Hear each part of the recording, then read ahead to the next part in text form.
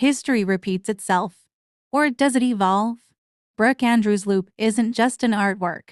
It's a challenge, an invitation to step into a spinning cycle of past and present. When I first saw Brooke Andrews' loop, I felt like I was watching history repeating itself. It felt like a cycle of power, history, and control. But what story does it tell? A simple cycle of past to present? Or something deeper? It made me think, how do colonization and cultural erasure keep repeating across different nations? And how do we resist? This artwork is a kinetic sculpture, meaning it moves continuously. The metal rings seem trapped, unable to escape their own movement. It reminded me of how history sometimes feels like it's stuck in a loop, where power shifts, but oppression remains. Indigenous resistance, colonial power, modern struggles, all spinning in the same loop. Are they trapped or are they telling their own story? The choice of materials is symbolic. Metal is permanent, unyielding. Engraved figures history etched in place.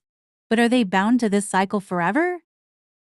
As a Korean, this artwork made me think about my own history. During the Japanese occupation, from 1910 to 1945, Japan tried to erase Korean identity completely. They forced us to change our names into Japanese ones, ban the Korean language, and even rewrote history in schools to justify colonization. It was a structured, systemic way to erase an entire culture. The loop of cultural suppression repeats across different histories. But just like the engraved figures on loop, we resisted. Writers, poets, and scholars worked in secret to preserve our language and stories.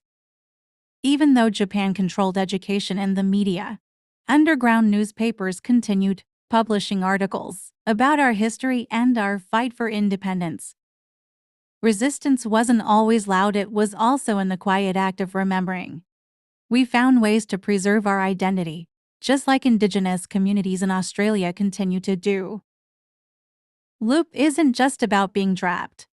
It's about recognition, about breaking cycles of ignorance. Indigenous communities today continue to fight for cultural visibility, sovereignty, and self-expression. Maybe the loop isn't just history repeating itself. Maybe it's a reminder, a call to notice the patterns and change them. Brooke Andrews doesn't just show the past.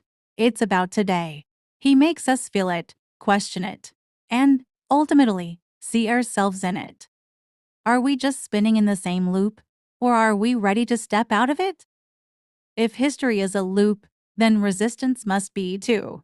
The only way to break the cycle is to remember, to question, and to keep fighting for the truth.